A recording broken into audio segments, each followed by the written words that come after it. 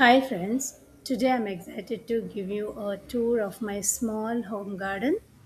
It may not be very big, but it is very special to me. ನಮ್ಮ ಮನೆ ಮುಂದೆ ಒಂದು small site ಇತ್ತು.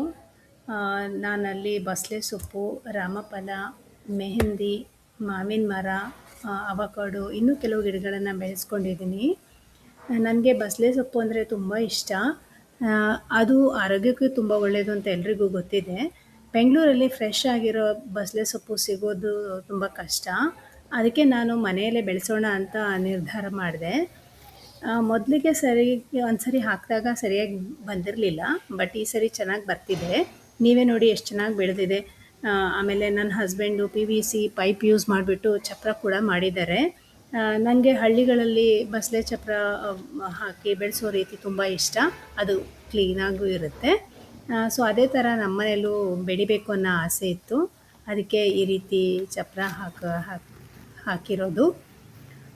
ನಾನಿನ್ನೂ ಒಂದ್ಸರಿನೂ ಹಾರ್ವೆಸ್ಟ್ ಮಾಡಿಲ್ಲ. ಈಗಲೇ ಬೆಳೀತಾ ಇದೆ. ಈಗಲೇ ಹಾರ್ವೆಸ್ಟ್ ಮಾಡಿದ್ರೆ ಇನ್ನು ಚೆನ್ನಾಗಿ ಬೆಳೆಯಲ್ಲ ಅಂದ್ಕೊಂಡಿದ್ದೀನಿ. ಸೊ ಮೋಸ್ಟ್ಲಿ ಮುಂದಿನ ತಿಂಗಳು ಹಾರ್ವೆಸ್ಟ್ ಮಾಡೋಣ ಅಂದ್ಕೊಂಡಿದ್ದೀನಿ.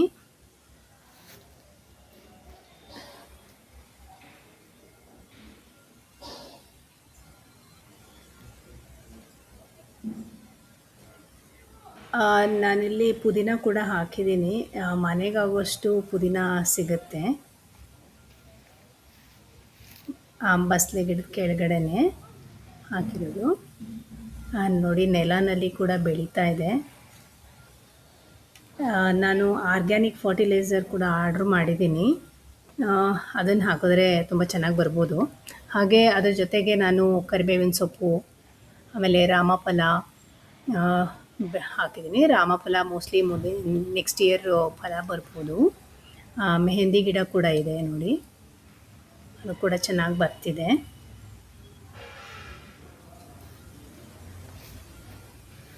ನೆಕ್ಸ್ಟು ಮಾವಿನ ಮರ ಕೂಡ ಇದೆ. ಅದು ತುಂಬ ವರ್ಷದ ಹಿಂದೆ ಹಾಕಿರೋದು. ಎವ್ರಿ ಇಯರು ಚೆನ್ನಾಗಿ ಫಲ ಬರ್ತದೆ. ಈ ವರ್ಷ ತುಂಬ ಬಂದಿತ್ತು. ಹಾರ್ವೆಸ್ಟ್ ಎಲ್ಲ ಕಂಪ್ಲೀಟ್ ಆಗಿದೆ. ಆಮೇಲೆ ಅವಕಾಡೊ ಕೂಡ ಚೆನ್ನಾಗಿ ಬಂದಿತ್ತು ಈ ವರ್ಷ. ಸೊ ನಮ್ಮ ಲೇಔಟಲ್ಲಿ ಇರೋರಿಗೆಲ್ಲರಿಗೂ ಕೊಟ್ಟಿದ್ವಿ. ಹಾಗೆ ಇನ್ನೂ ಕೆಲವು ಹೂವಿನ ಗಿಡಗಳು ಕೂಡ ಇದೆ. ಹಾಗೆ ಮತ್ತು ನೆಡೋಣ ಅಂತ ಪ್ಲ್ಯಾನ್ ಮಾಡಿದ್ದೀನಿ.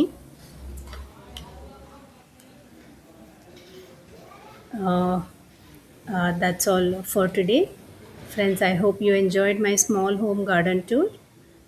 If you like this video, please like, share, and subscribe to Wags Vlogs. Thank you for watching.